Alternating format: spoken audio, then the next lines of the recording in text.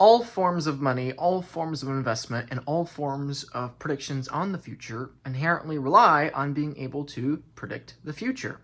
So the question becomes, how do we know what the direction of the future is going to be? How do we know what's going to happen to the prices of everything in the world? What's going to happen to technology and human labor itself in the future, right? If we can't predict future technologies, can we still predict what's going to happen? Yes, we can. Why? Because of the underlying principle that deflation is the natural state of the economy. So let's talk about the economics of deflation for technology, for money, and for the monetization of human labor. Technology forces the marginal cost of production down ever closer to zero. This happens because it is in the incentive of self-preservation for human beings across space and time to continue building technology, to have more food, to have more shelter, to be able to afford better lifestyles for more people over a longer period of time. What this means is that as there are more people doing more productive things, it gets cheaper and cheaper to live a more economically productive life. People today have way more wealth per capita than they did thousands of years ago, even though there are way more people on the planet today than there were thousands of years ago. This is because we have better technology that is more efficient and more affordable for more people. However, human labor being demonetized not only makes goods and services cheaper, but also those humans' incomes as well. If you want to have human labor be able to buy more stuff, that means that you have to have the trade-off of that the hours that it took to make that stuff are demonetized in the process, right? You don't get to have one without the other. It's an inherent trade-off you're going to make. You don't get to create an entirely new industry or technology without obsoleting the previous industry or the previous technology. You don't get to have the new growing industry of light bulbs without destroying the industry of candles. You don't get to have the new industry of oil, electricity, and the automobile without destroying all of the jobs and incomes of those that were taking care of horses or those that were managing stagecoaches, right? You don't get to have one without the other. We saw an example of this last century, in the early 20th century, where horses became demonetized. Horses went from having a large population relative to the human population to now a much smaller one. In fact, horses per capita are down about 98% since their height well over a century ago. However, there is more wealth for more humans as well as more horses, by the way. The average horse has a higher standard of living today than they did 100 years ago, and the average human does as well. The cost of increased technological efficiency serving humans is that it is harder for those very people to become monetizable. When the share of wealth or when the share of productivity was reliant on the human being, more of that income goes to the human being. But when more of that productivity is the result of the tools the humans are using, the human labor is just not worth as much. If you're a farmer thousands of years ago, where you are literally with your own physical hands, digging in the dirt, planting seeds for the food of the future, you're going to get paid better as a percentage terms of the wealth you're creating, that food. But in the modern era, when you just have an automatic tractor or planting technology or mechanism where the percentage of productivity being created is much higher and more reliant on the technology itself versus the human being operating that piece of technology, obviously the percentage share of human labor goes down. Of course, with that technology, able to produce much more wealth. So even though the pie is growing, the human slice of that pie is shrinking. You don't get to have one without the other. You don't get to have the extension from human muscles into mechanical muscles without also demonetizing the share of value those human muscles have in the relative pie of the world. And this is the same concept we're seeing in general with the planet at large. As there are more people and we're building more wealth, the total pie of wealth is growing consistently over time. If you owned 1/4 of the world's wealth thousands of years ago, you would objectively have less wealth than you did if you had 1/4 of the world's wealth today. And likewise, this is how we can predict the future. Even though we don't know what technologies lie on the horizon, even though we don't know what the world-changing innovations, discoveries, or inventions of the future are going to be, we can know with very high confidence that buying a share of today's wealth inherently is going to have more likely more wealth and productivity in the far future. Even though we don't know what exactly those innovations are going to be, we can have reasonable confidence that it's going to be more valuable and wealthy than anything we can acquire in the current moment. The global pie of wealth grows in total and per capita. When the money that we're denominating that productivity in has a consistent supply, it preserves the purchasing power of those people into the future, protecting them against the deflation resulting of their own success. It doesn't matter if you're a farmer hundreds of years ago where your entire job is farming, right? It doesn't matter that pretty soon the Industrial Revolution is going to take all of your jobs away and it's going to demonetize all of the food that you're storing in your barns. It doesn't matter, because if you're preserving your purchasing power in shares of the future, then when that future comes and it demonetizes your income and it demonetizes your storehouses of grain, it means that you still have preserved your purchasing power because you owned a share of that future. Sure, your commodities were demonetized, but your ownership of a percentage of the world's future commodities is preserved. Fraudulent money dilutes and debases the currency holders to siphon wealth from some to others because it's easy to do. It is a lot easier to create artificial numbers on a screen to give yourself a larger percentage of the global pie of wealth than it is to do the work to earn the technological fruits of your efforts in the future. In a fair monetary system, it doesn't matter that human labor is becoming worth less and less and less relative to the technologies that we're creating. But in a fraudulent monetary system, it only becomes exponentially more difficult for human beings to preserve their economic purchasing power because they're being diluted from at a rate faster than which the technology is being produced. Political currency requires a breaking of the law of sowing and reaping, of quote unquote, let there be light, money, and energy, right? These are essentially monetary gods that just with a word of their mouth and of their authority, they can create new shares of the future and effectively steal the future from people in the present before the people in the present are even aware of what's being stolen from them.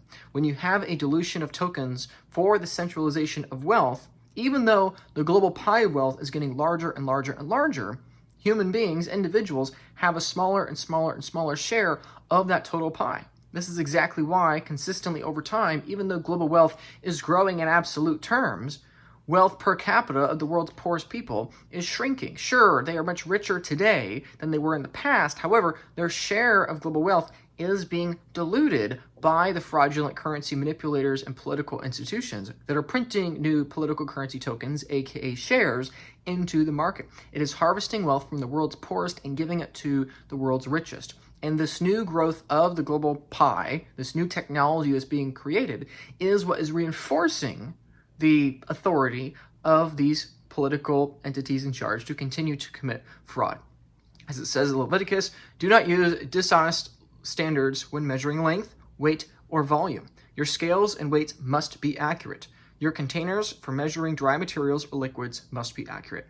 I am the Lord your God who brought you out of the land of Egypt. So this is not only an obvious self-evident truth of theft in the human sense, but this is a command from God to not have dishonest weights and measures. It is stealing from somebody to alter some numbers in your weights or your measures because you're effectively siphoning wealth from others into yourself by having an artificial measuring stick. The same thing is true when it comes to money across space and across time.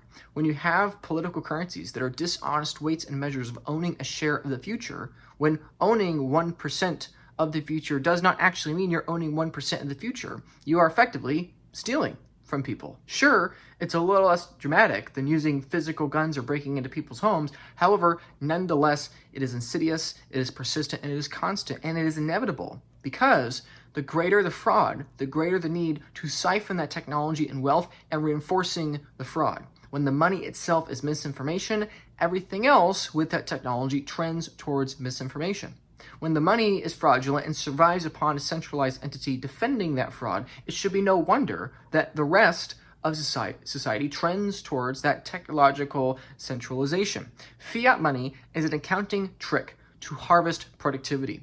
We are growing productivity across the entire world, and we should be seeing everybody benefit from that productivity. However, when you have people in charge of the monetary system pricing in that productivity, it is inevitable that they will distort these weights and measures in favor of themselves at the expense of others in a zero-sum game, and that will mean that even though the world as a whole is getting richer and richer and richer, and individuals are getting richer and richer and richer in an absolute sense, they are getting poorer and poorer in a relative sense to where they should be, because they should have preserved their purchasing power in the face of their incomes and their other assets becoming demonetized. This is a dilutive feedback loop that leads to the inevitable end of a fraudulent misinformation political currency system. First, you issue tokens. You steal from the currency holders to the currency creators via dilution. These are effectively monetary gods that determine the price of money and get to determine how much of what of the shares they get to own of the future. This has two major impacts. The first impact is that this erodes society. When you cannibalize the savings of a nation, you shrink the family unit, the time horizon of the collective and the individuals shrinks, desperation of people grow, and the ability to defend against toxic ideas decline. It should be no wonder that when the money itself is misinformation, all other forms of truth become misinformation. It should be no wonder that when we cannot be able to price in the future or the present accurately, that people become nihilistic on the future, they become hopeless, and they resort to short-term dopamine hits instead of long-term moral foundations. The second impact of creating new tokens, of issuing these tokens onto the market, is that it strengthens the monopoly of the fraudulent political currency managers protecting that system. To defend the monopoly of currency to defend a monopoly of currency printing via a monopoly of violence, a monopoly of information, food, energy, and weapons are required. It is inevitable that if the money itself is centralized, and that money, since numbers are of no utility value on their own, it must have a centralization of the things that do have utility value. It should not be a surprise that oil and weapons and food supply chains, all of these things need to become centralized to defend a political currency centralized system. And of course, when these kinds of assets, when these kinds of utility goods are hoarded, including residential real estate, homes, living space, right? When these things are hoarded, it reinforces the other aspect being of eroding society, right? When you price out young families out the ability to have a place to live, it should be no wonder that they decide to have less kids and instead they pursue more political currency minded authority structures like trying to get a college degree or other things that go along with that feedback loop. Ultimately, both of these routes end in the same place, which is that they reinforce the fraudulent system that keeps this going. With users prone to theft, and ideally encouraging it, and currency creators becoming more powerful, the process can repeat until the exhaustion of that system.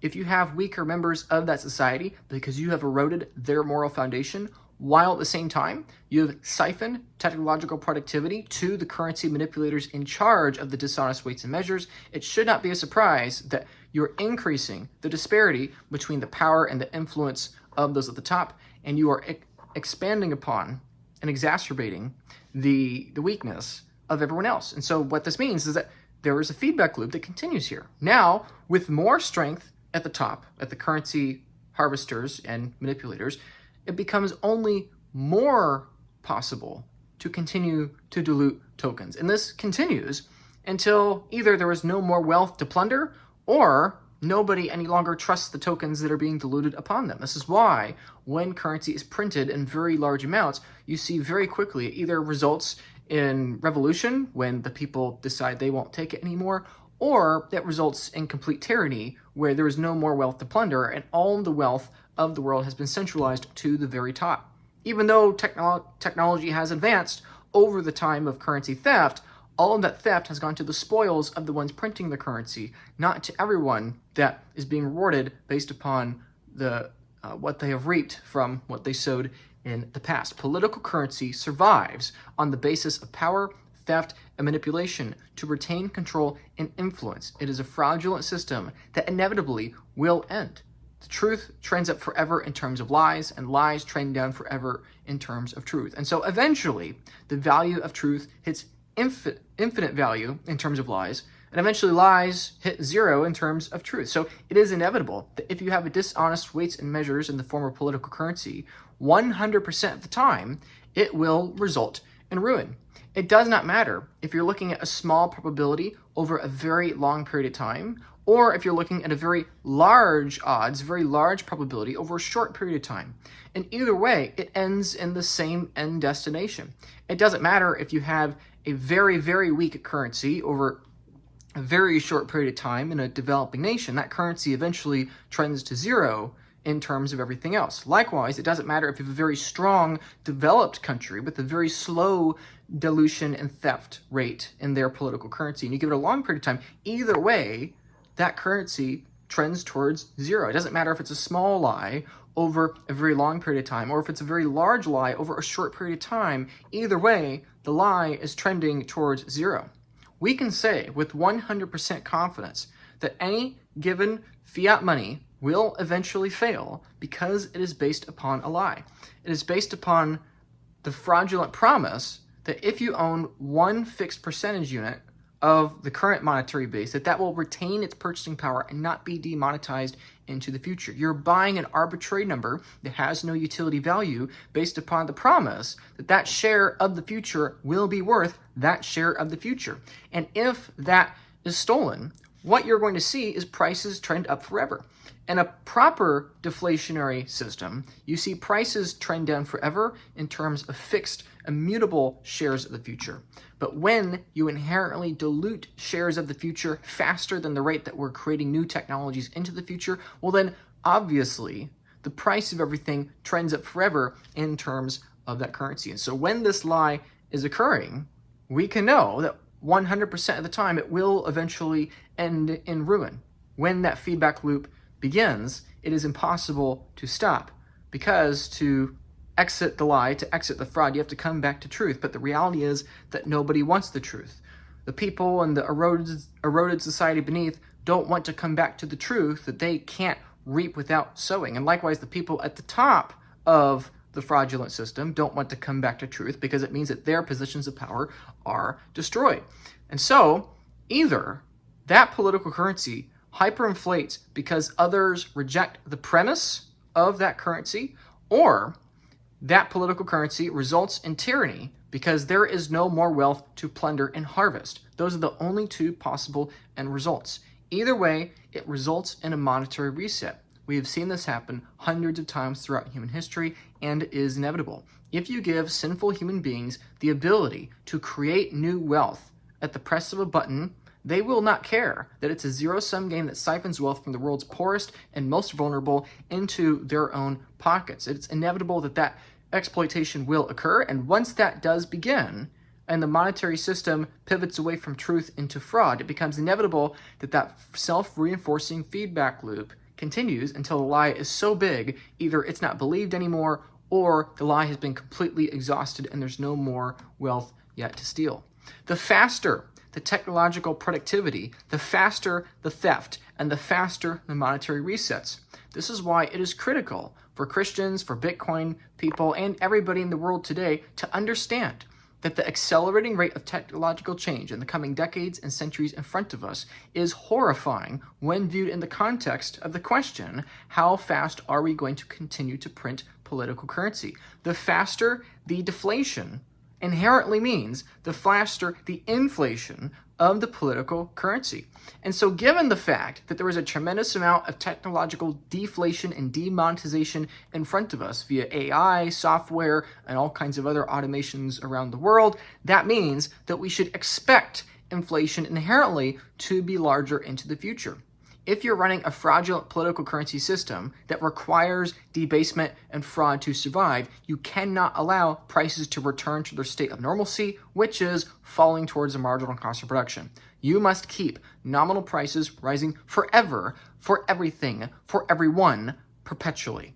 So, therefore, inflation is going to get worse, much worse, and it's going to be much more difficult for people to own a share of that future. And until they adopt a standard that is an honest weight and measure that reflects their productivity and honestly helps them reap in the future what they have sown in the past, until then, they are going to be harvested from for the sake of preserving a corrupt political institution that harvests wealth from the very poorest of people and giving it to the very richest of people. There is no human solution to this kind of problem, because the only way to solve this problem for all future time is to solve the problem of sin and corruption and depravity of the human heart. If human beings are not moral, then you should not expect them to always forever act morally at not stealing from each other. This is why, throughout all of human history, no matter where the empire is located in the world or in time or whatever technologies they have, they always fail.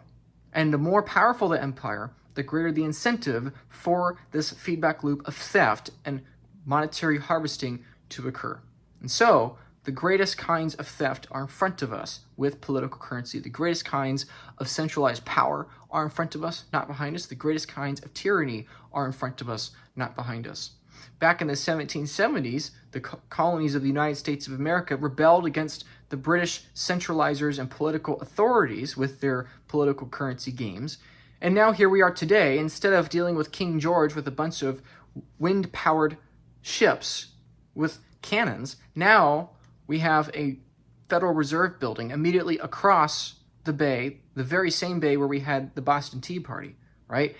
We have a new kind of political system harvesting wealth from the bottom to the top, except this time the centralization is even greater, therefore the rate of theft is even greater, and therefore it becomes even more difficult to escape that powerful feedback loop. And it is critical for everyone, in particular Christians, to understand that if we actually care about loving and serving the poor, we must help reduce the probability of powerful feedback loops being in place that necessitate and require an annual expansion rate of fraud, a 2% rate of fraud that eventually blows out to infinity. Why? Because lies trend down forever in terms of truth.